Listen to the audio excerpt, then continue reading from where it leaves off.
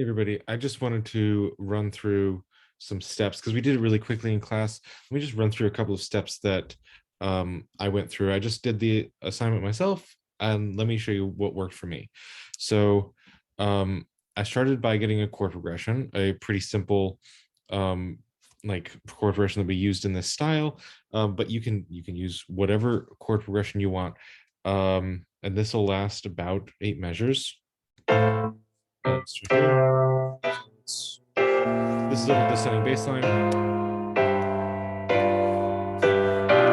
and then I'll be able to go back through that and then have it be end on a tonic the second time through.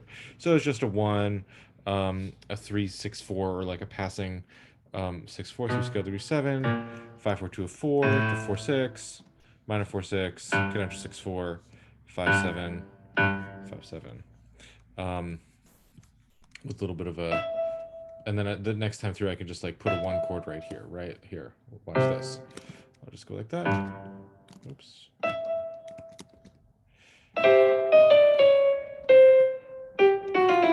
Right, here we go.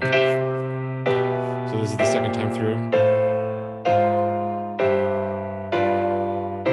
And notice that like I've tried to voice lead that well so that there's not going to be any like weird hidden parallels that are going to come up when I implement this.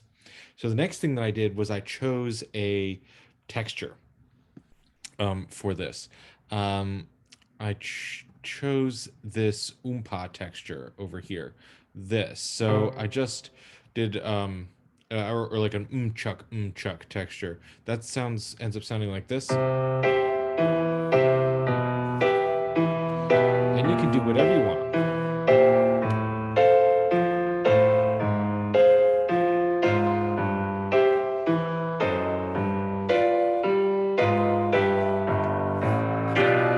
Right, so nothing particularly like groundbreaking, but I took my chord progression and then I translated it into this or umchuck texture.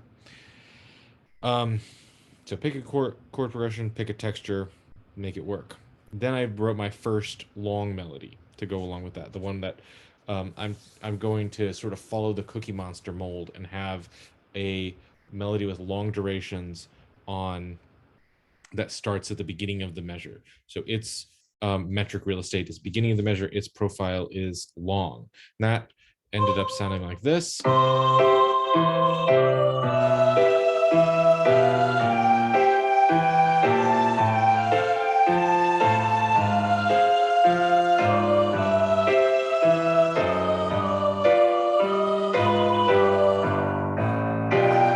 Yep, fine.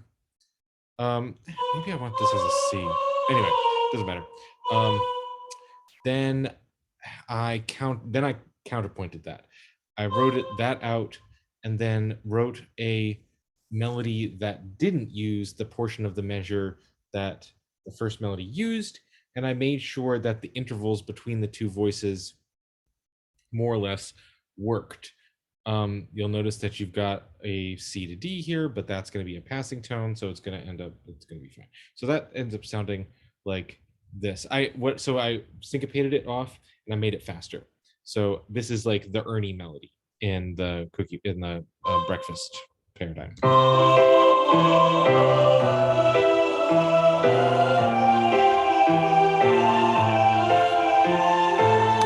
And I put this little like fun Easter eggy point in it because it's kind of thrilling when both voices line up very briefly in your counterpoint. So this is my like thrilling lineup moment.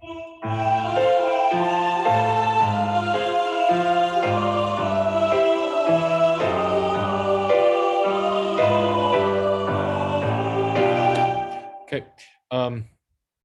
Chords that are a little jazzier or like ragtime, I guess, would be closer to what I'm up to here. Like little augmented sounds, got a fully diminished neighbored chord here. These are totally fine on the table. If you know them, use them. If you're not comfortable with it, just stay diatonic. Then you'll notice there's a couple of like dissonance to dissonances here. but you can be a little freer in this style.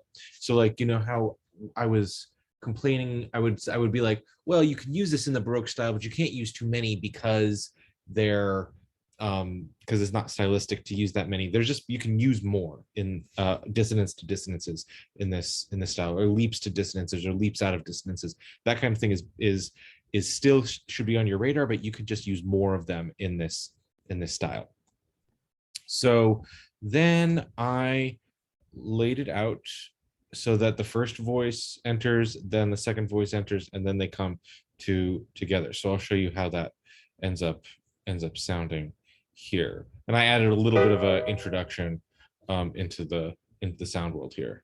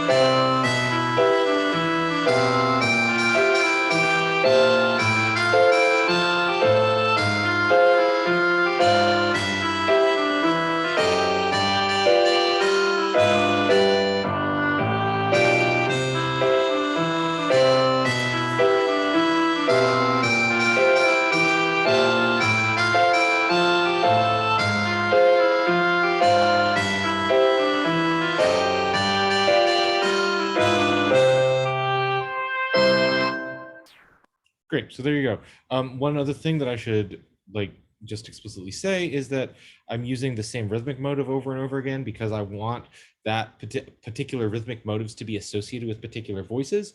So do that. You want to think about phrase structure. This, we haven't really been talking about like what makes a good melody too much in this class because we're talking mostly about counterpoint.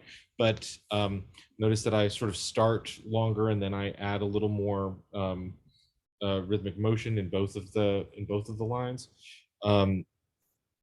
Both of them have this sort of basic idea repeated continuation feel that would you'd call like a sentence in theory class. Same thing here, da da da da da, repeats da da da da da, and then continues with a different idea, right?